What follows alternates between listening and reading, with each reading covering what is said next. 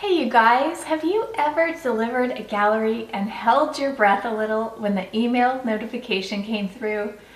Not because you weren't proud of the images, but because you wondered if the client felt what you felt when you were editing them. Recently, I delivered a gallery and received an email that stopped me in my tracks. She wrote, "Lindsay, we are speechless. Every single photo is incredible and so special. We've worked with many photographers over the years, but Matt and I both fully agree that you are the most fun and enjoyable to shoot with, and your photo quality and the magic you captured is by far superior. Thank you for capturing so much love." Now, this wasn't a public review, just a private email. And what stood out to me was a constant theme I see again and again: the quality of the images I delivered. And that didn't happen by accident. Hi, if we haven't met before, I'm Lindsay, a family and branding photographer based in Austin, Texas. And I share weekly videos here about marketing, visibility, and building a photography business that attracts the right clients and keeps them coming back. Everything I teach falls inside something I call Systems for Success, which is built around intent-based marketing, a website that converts, and an exceptional client experience. And today's video lives squarely in that exceptional client experience category, because once you have a client, the goal isn't just to serve them well once, it's to create an experience and deliver work that makes them want to return and refer. Early in my career, I was honestly a little intimidated by how easy it was for anyone to call themselves a photographer. There's very little barrier to entry in this industry, and that pushed me to pursue Click Pro, an advanced portfolio-based accreditation where you submit 150 images that are evaluated across multiple technical and artistic categories. It took me about a year and a half to complete that portfolio, and it was one of the most challenging things I've done in my photography career. But in that process, my editing discipline and technical standards elevated in a way they never would have otherwise. So today, I want to share 3 foundational things I do when editing every photo to ensure the final images are high quality. Things I do before any preset, before any action, before stylistic choices. And before we jump behind the scenes, I want to say something important. Editing can enhance a strong photo, but it can't rescue a technically weak one. Editing is the polish, not the foundation. So let's head behind the scenes and walk through the 3 things I focus on first. Before I touch color or presets or any creative edits, I check 3 foundational things. If the image isn't healthy at the base level, no preset will fix it. So the way this came about in my own work is I was preparing a 150 image portfolio for a Click Pro application. And the way that works is they kind of have these rules in the portfolio, like no 2 images can be from the same session. You can't have repeated scenes. Every image has to stay on its own, and it has to be technically correct, as well as clear and consistent in artistic style, which sounds easy enough, but it's actually really challenging when you're doing this over a span of 150 images. And it was somewhat painful when I was doing it, but it actually ended up creating such good habits in me, because you can't hide behind emotion or beautiful light, and every single image has to hold up on its own.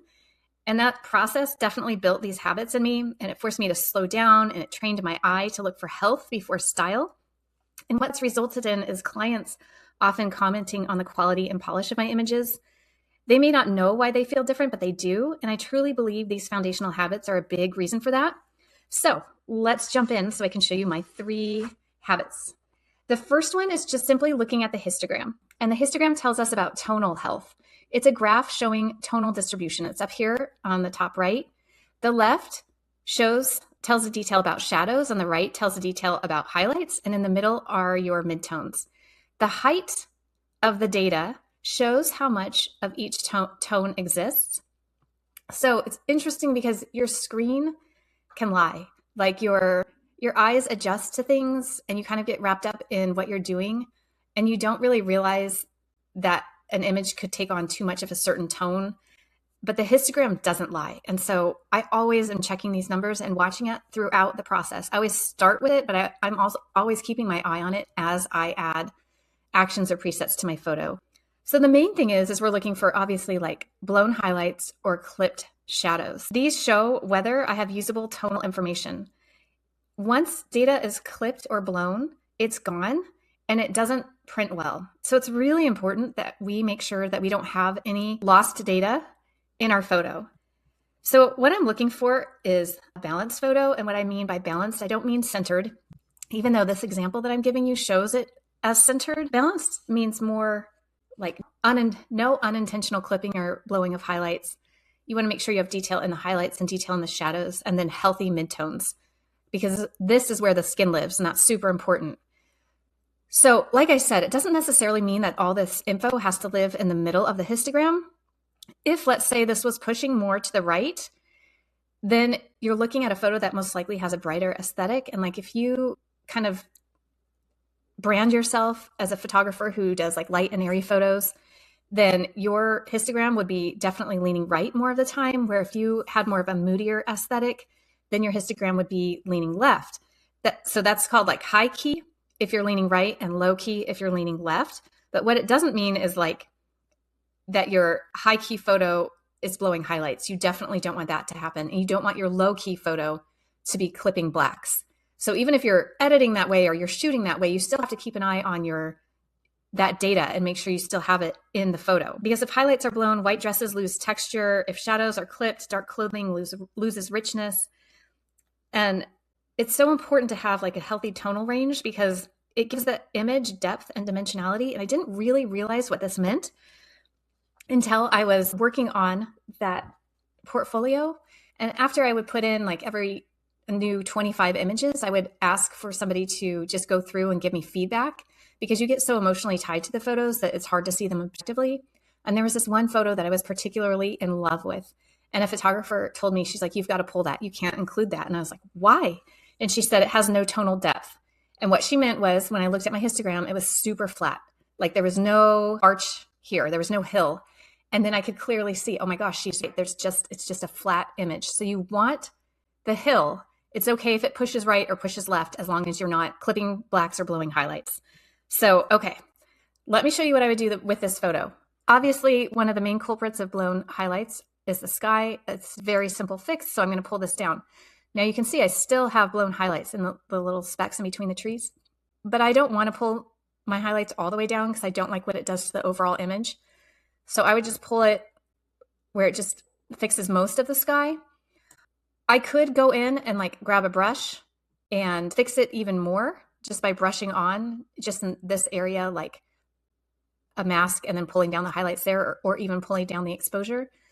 But I'm not going to do that because I'm going to make some other adjustments later on in the photo, and it might just fix this on its own. But I'll always be keeping an eye on this and know that before I'm finished with this photo, that these little specks need to be addressed.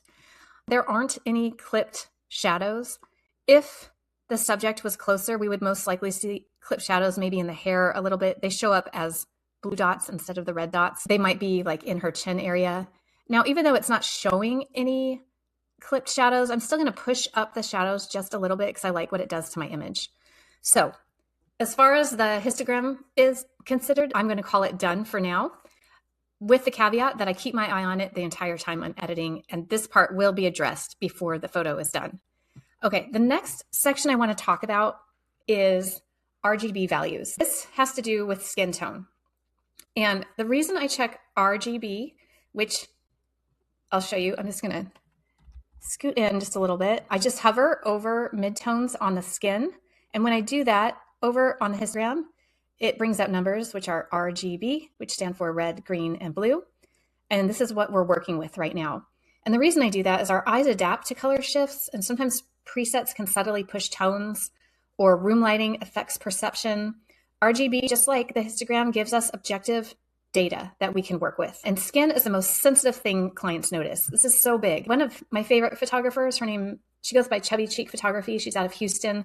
Her skin tones are phenomenal. You might be familiar with her, but if you aren't, I'd go look her up. And those skin tones, I feel like, I mean, she's a great photographer. She has many talents, but her consistency in skin tones just like make her photos beautiful. The skin always looks vibrant and healthy and glowing without being like overly orange or weird. And skin, like clients notice skin. In fact, I've had multiple multi-race families come to me because they like that I keep skin tones true.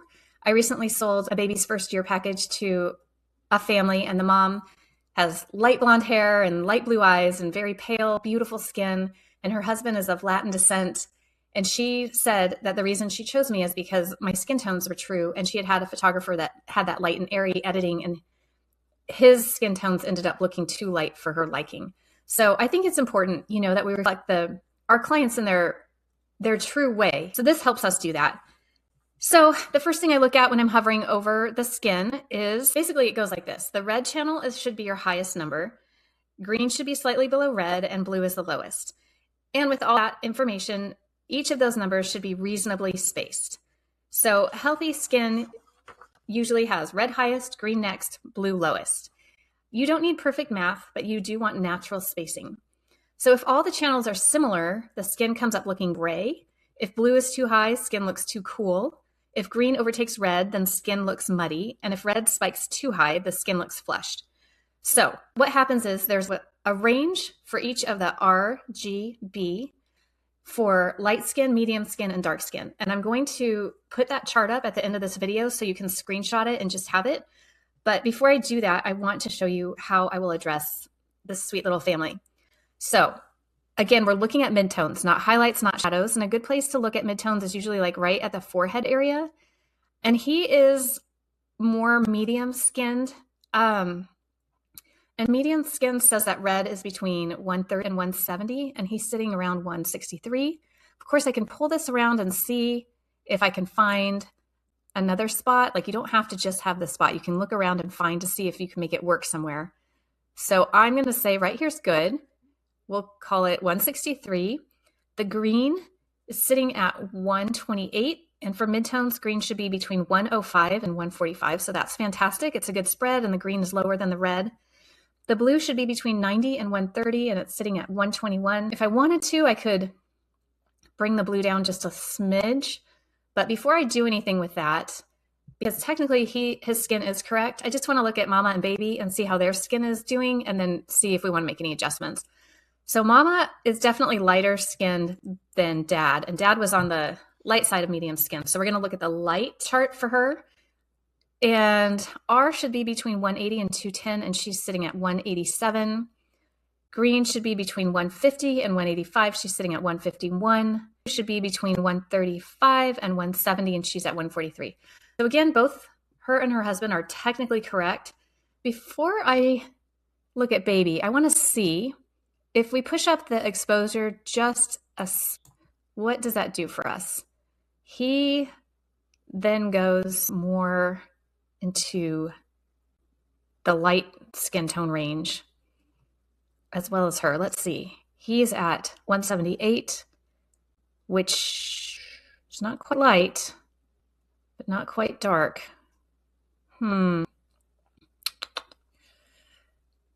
Let's see her. Because I like it a little bit lighter. Let me just pull this back a bit and see. Maybe that's just a little too light for my taste. We'll go into 15. All right, let's see what that does to the skin. I'm just curious. Okay, let's check mama first. 195. That's between 180 and 210. 160, we're on target. And 152, we're on target. So she totally is in the midtones, the right RGB for a light skinned. And he is going to be trickier. 163. Okay, we're still in the dark skin with that. 163 goes good for red. G should be between 105 and 145, and he's at 130. And B should be between 90 and 130, and that's 127. So after we're all done, I might pull the blue down just a bit. Now let's check baby. Baby is light-skinned, and the R is at 200, and that's right between 180 and 210. G is between 150 and 185, sitting at 164, and B is at 155, and that's between 135 and 170. So baby and mom are really good. So if you wanted to make specific adjustments with color, which I could bring the blue for him down just a little bit. And I'm not sure how that'll affect everything else, but I could come down here to curves, select my blue channel and pull it down just a little bit. Let's see if that warms him up. That keeps him at 169, 134, 119. That works for him. Does it change mom at all? 196 is good. 158 is good. 140 is great. And baby, 206. It's creeping up on red there. 169 is healthy. And 148 is healthy. So I think I am going to keep those blues down just a little bit. I think it adds to the image. Okay, so that is how I address RGB. This gets much faster the more you do it. Your eye becomes like really trained for this. It's amazing. Just by looking at RGB, it fixes your color, it fixes your exposure because you can work with exposure to address it. It's amazing what it does. And truly, the first few times take a little while, but it's kind of fun. And then you really get the hang of it. Okay, the last thing I do is straighten, crop, and clean. So this is what I consider structural health. So once tonal and color health are set, I refine the frame. Even a perfectly exposed image can feel off if the structure isn't intentional. So the first thing I always do is straighten before I crop. Slight tilts create subtle tension your brain notices even if you don't. So water lines, trees, architecture, they reveal everything. This is a tricky image because this is like a fence that kind of is on a slight hill and is going down. But if you look at the way I'm going to make sure it's straight is by looking at the tree and also them. So I'm just going to crop here and pull just a little bit this way to straighten them. I'm looking at my tree line and also if they're straight, and it looks like they're good. Okay, next I crop with intention. So you want to avoid, if this was a tighter image with a closer on the subjects, you want to avoid cutting at any joints. So like the wrists, the ankles, the knees, you want to go above or below those if you're going to crop. Use the rule of thirds when helpful. I love the rule of thirds. This one's definitely going to be more of a center balanced image, but I use the rule of thirds a lot. I remove any dead space. And then if I was using the rule of thirds here, like pretend that they were all looking over here, then I would give them plenty of breathing space to look over there. I would crop here to give you a line of what they were looking at. It creates a stronger story in the image by giving that breathing space. And then you want to make sure you maintain consistency for print ratios. So cropping directs the eye, cropping strengthens emotion, cropping increases impact. And another question you want to ask yourself is if the edge adds or dilutes from the image. If it dilutes, it goes. So I'm just going to crop this and then we're going to bring it into Photoshop to clean it. So I'm going to crop it like this, but I'm actually going to bring it up because I want that line on his eyes right there. And I might even pull this down just a little bit more because I don't feel like the sky is doing too much for the image, but I still want it in there because we're going to emphasize the sunset haze. Okay, so I cropped and now I'm going to open this image. Okay, so now I'm going to clean up the image. What I'm looking for are bright spots. So I use this tool, the spot healing brush. I'm looking for bright spots, and I'm particularly picky about the edge of my photos. Like I really like to have a clean edge, meaning like this is just a bright spot that's really not doing a lot. So if I can close it up right here, obviously I'm not going to close up this part, but right up until here, I feel like it will strengthen the photo if we can just have it a little bit cleaner up there. I also am going to get rid of this cement base thing right there, the trees at her foot. I tend to be really picky about this, and I will end up giving less photos that are more clean if I am, having to choose between the two. I just think if you're aiming for people to buy prints, you just want these to be the best they can be. So I just go through and, especially on the edges of the frame, I just like it to be clean because it kind of closes in the image and doesn't draw your eye away from the subjects. So I might have to take the stamp tool right here because I honestly feel like Photoshop has gotten worse with their spot healing tools since AI. And I don't know if it's just me, but I feel like it used to do a better job, which that's insane. Okay, I'm definitely going to clean up these leaves right here. Okay, so you get the point. I might do a little bit more as I do my creative edits, but what I'm going to do now is press pause on this video, do my creative edits, then I'm going to pull the photo in without any of these, like the baseline fundamental edits that I do, and do my creative edits that way so you can see the difference in the two. And then I'm going to show you the screenshot of the RGB numbers where they should fall, and that will be it. So just give me 1 second, I'll be right back. Okay, so what I did was quickly went through and did my creative edits, and this is the photo that we were working on edited. I would even maybe consider going through and cleaning up a little bit more of the grass, but in the interest of time for this photo, I just kind of called it a day. And here is the same photo without the health adjustments that I made. And obviously you can see right away the cropping and all the stuff that I didn't pull out of the photo makes a huge difference. But you can also see a difference in the color of the photo. This one leans a little bit warmer, and this one has almost like just a cooler tint to it. And if you look at their skin, like they just look a little bit more glowing in this one, whereas this one, they're just a little bit flatter. So that's pretty much it. I just wanted to show you how it makes a big difference in the photos. And if you have any questions, please feel free to ask. I feel very passionately about, starting with a healthy photo with good foundations and developing these healthy habits before we get into like presets and all that stuff, because presets and actions definitely don't fix a photo. Sometimes like they'll amplify what's wrong with it. So again, if you have any questions, and I'm just going to put up that screenshot really quick of the chart of RGB numbers for midtones for light, medium, and dark skin. Okay, thanks so much, you guys. I also wanted to leave you guys with a little bit of encouragement, because I know this part can feel tedious at first. Believe me, I know. Checking histograms, hovering for RGB numbers, zooming in to straighten perfectly. It really does feel slow in the beginning, but then something happens. You develop an eye. You start seeing tonal imbalance immediately. You recognize color shifts faster. You notice crooked horizons without even thinking, and it gets much, much quicker, and it becomes automatic, and it is absolutely worth it, because once your foundation is strong, creative editing becomes enhancement, not rescue. So I highly encourage you guys, and if you have any questions, please feel free to reach out. Thanks so much. Okay, I hope that was helpful. Those are the 3 foundational things I focus on before I ever apply a preset or lean into stylistic edits. These steps might feel simple, but consistency in the basics is what creates work that feels elevated, cohesive, and trustworthy to clients. The truth is, clients might not be able to articulate why an image feels high quality, but they absolutely feel the difference. And that feeling is what builds confidence, repeat bookings, and the kind of emails that remind you why this work matters in the first place. If you found this helpful, I'd love to know which of these steps you already prioritize and which one you might pay closer attention to in your next edit. I share weekly videos on here about marketing, client experience, and building a photography business that feels sustainable and fulfilling. So if that's something you are working toward, make sure you're subscribed. Thanks for spending a few minutes with me today, and I'll see you in the next video.